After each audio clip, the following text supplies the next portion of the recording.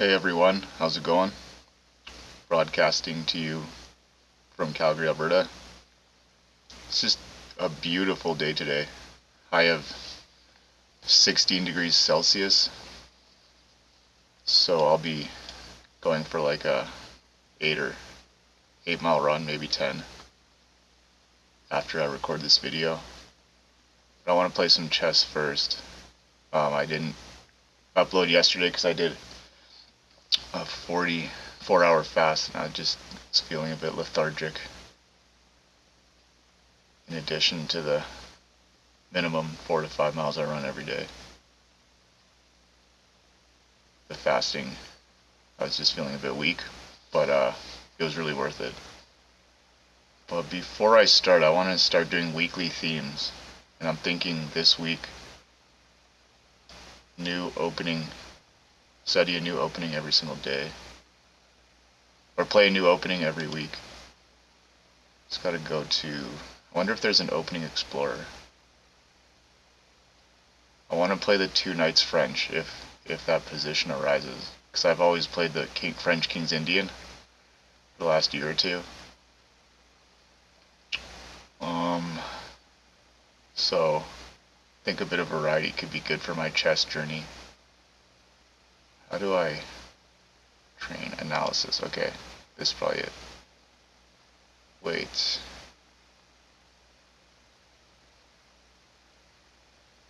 I thought there was an opening explorer. Yeah, here it is. Okay.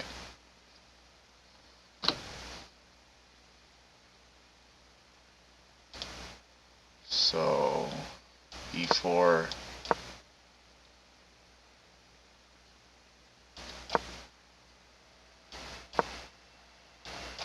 This is the starting of the two knights variation. You can see that the highest level player to ever play was Daniil Dubov and Alexander Grishchuk, some super GMs in 2022. Or it looks like black won. Yeah, we could follow on this game.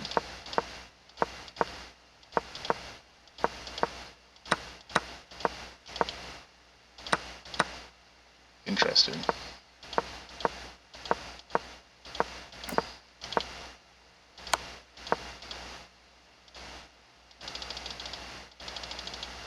So it looks like actually white won.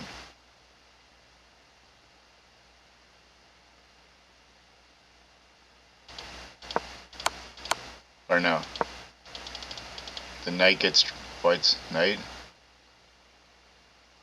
gets trapped. So black's winning. So he just resigned. Okay.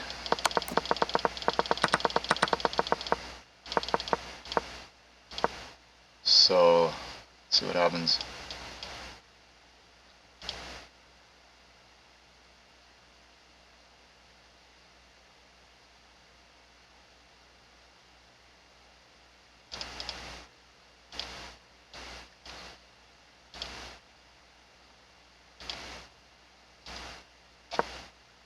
Here, so e4, e6, knight f3, d5, knight c3.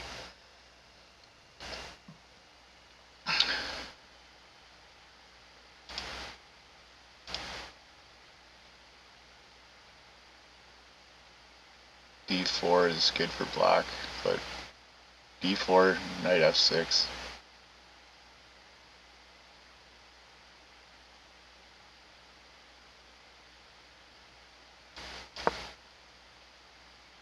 So e5 is the move.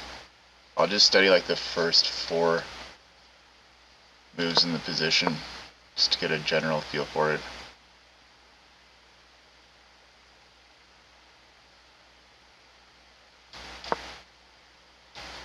If bishop e7, then d4.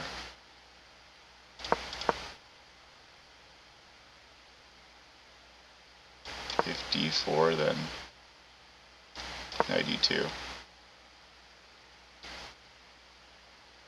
Okay, maybe in the future I'll go much deeper into depth, but time is valuable, so let's get this show on the road.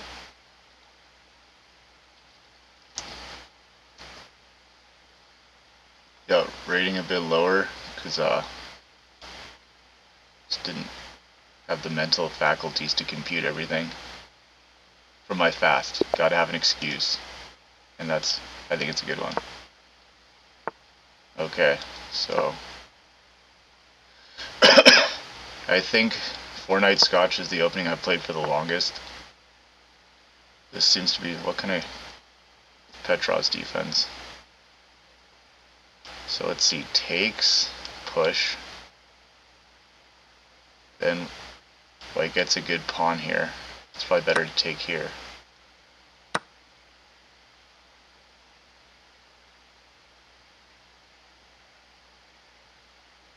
Maybe I can develop with check. So either bishop b5 or bishop c4. So bishop c4, queen. Wait, queen e2 doesn't actually stop the threat, so let's...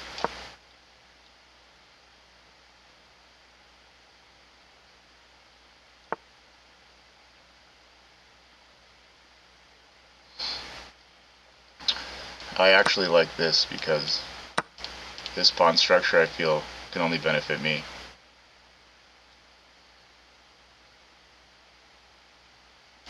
What about takes? Knight takes e. Knight recaptures, check.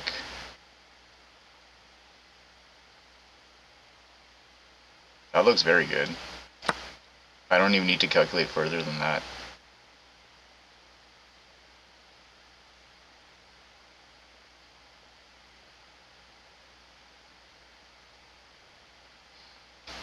Okay, so let's go here.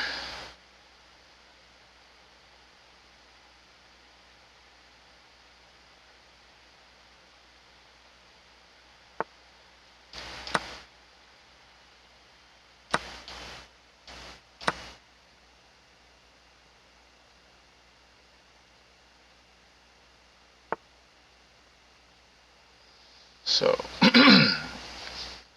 is this queen trade forced?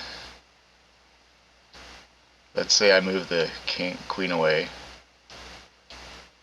Yeah, it's pretty much forced.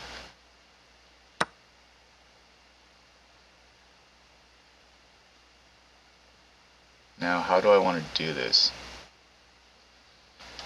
I could go d3, trying to castle queenside, which looks very good.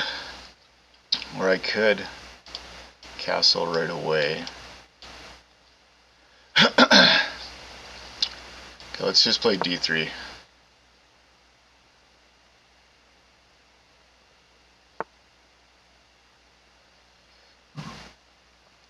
Now, bishop f4, bishop g5.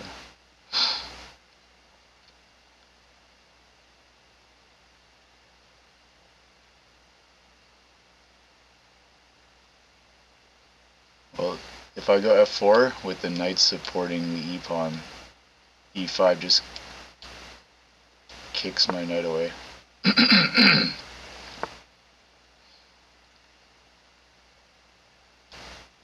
Let's go bishop h4.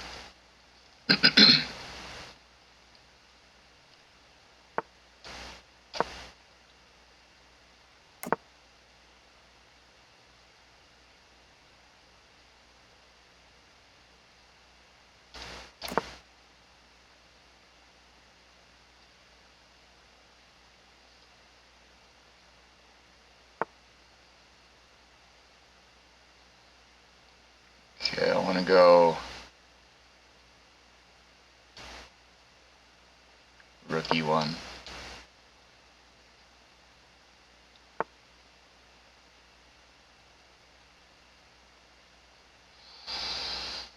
What about h4? Then g.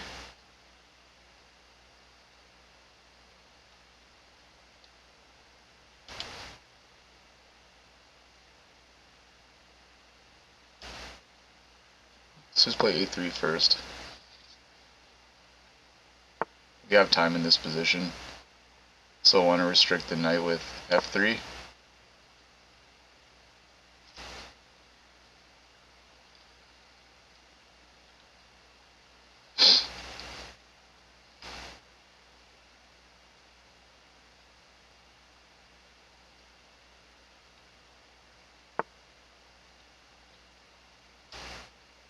think now's the time to play. H4, let's see.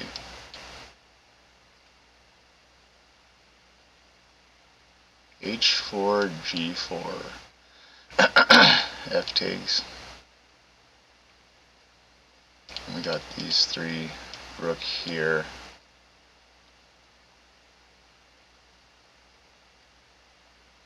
Could also just play C3. Get the king here. Look to play D4, maybe move the rook to D1.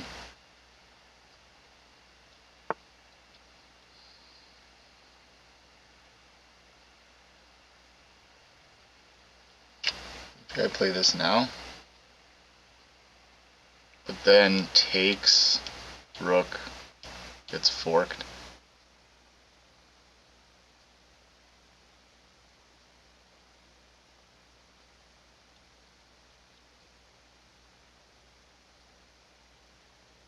What about rook e4? Trying to bring it over this way? Yeah, that looks good too.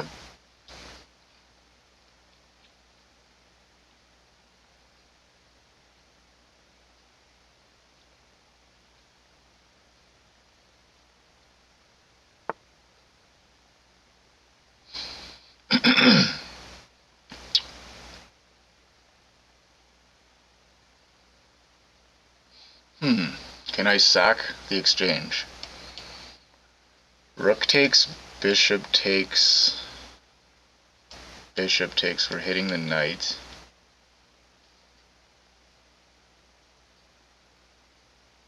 Then the knight goes here. I think it's a bit premature.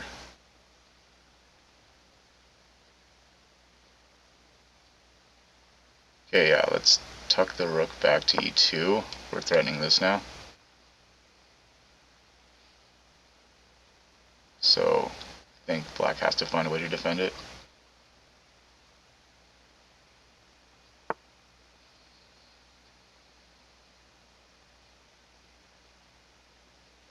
Now let's double up on the e-file.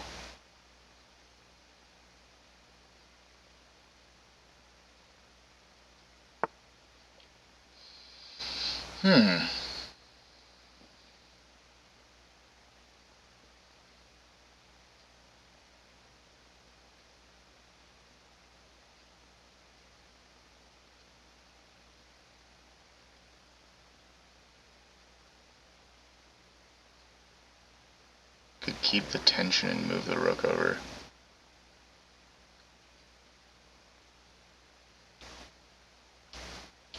Rook d2. Move the bishop. I think it's better to just take.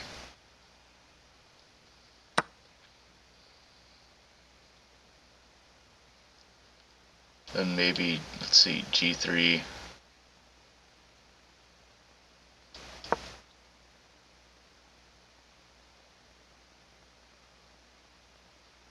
Guess I could have gone g4 too. I might go g4 if he doesn't recapture.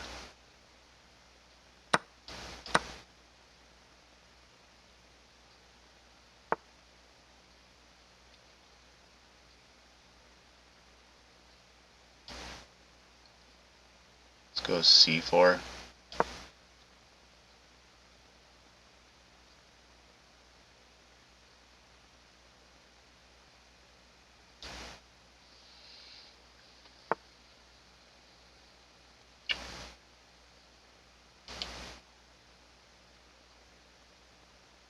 Start to move the king in. Or take control of the h-file.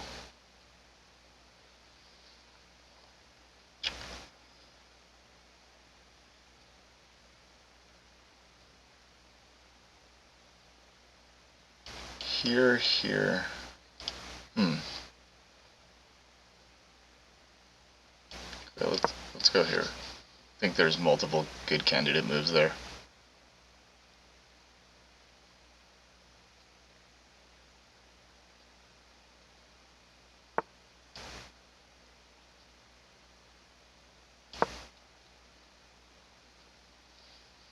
We have an outside pass pawn.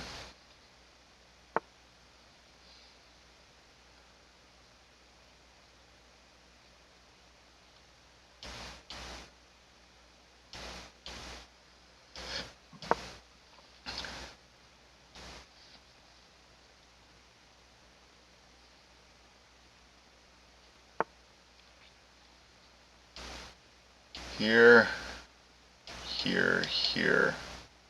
Yeah, let's just start to get the king in.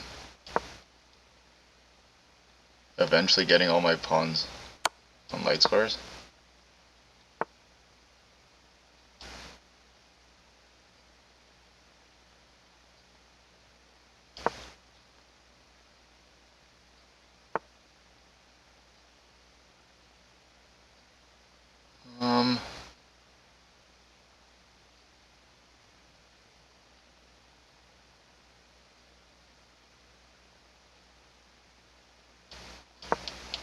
Get my rook to g4, preparing this.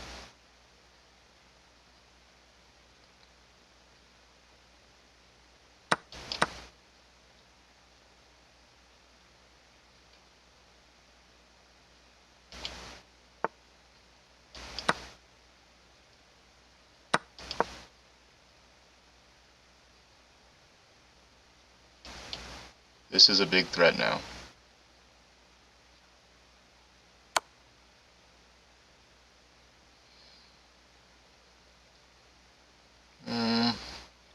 Here?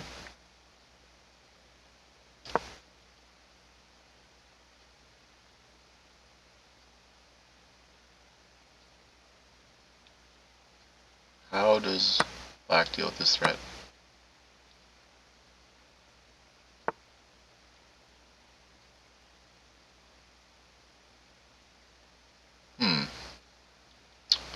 Which pawn do I push first? I think this one. I mean, yeah.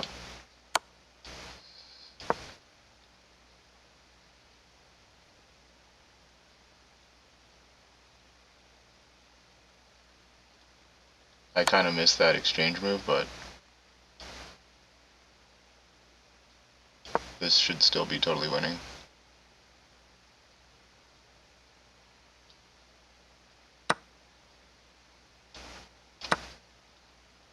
I think that pawn is actually worse.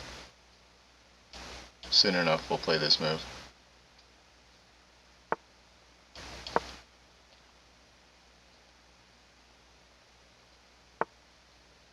Okay, that's very good. Alright, so what opening is that? Petrov's 3 Knights game. I've never studied that opening. Let's see how he handled it. Maybe. I don't think I need to. It was pretty intuitive to play.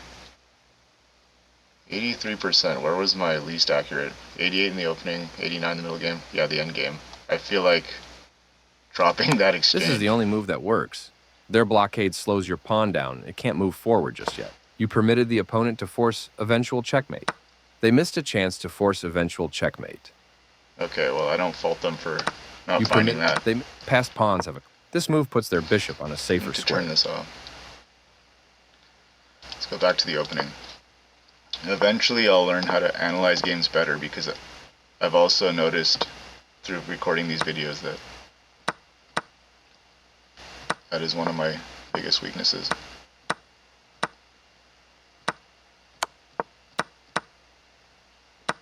Aha, I didn't see that black could retreat the knight there. Then we simply lose a piece in the opening.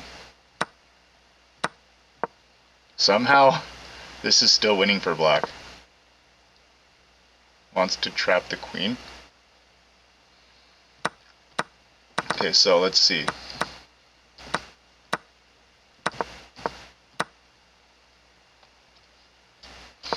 Here, I go here.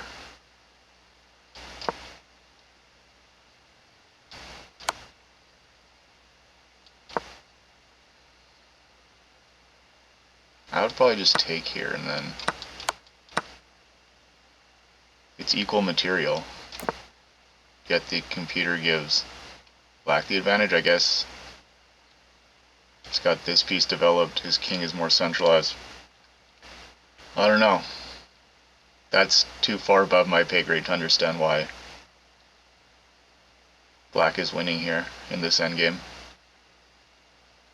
But as I grow and mature as a chess player, I believe I'll understand why in the future. Anyways, thanks for watching. leave a comment, drop a like, subscribe, and I'll see you again soon.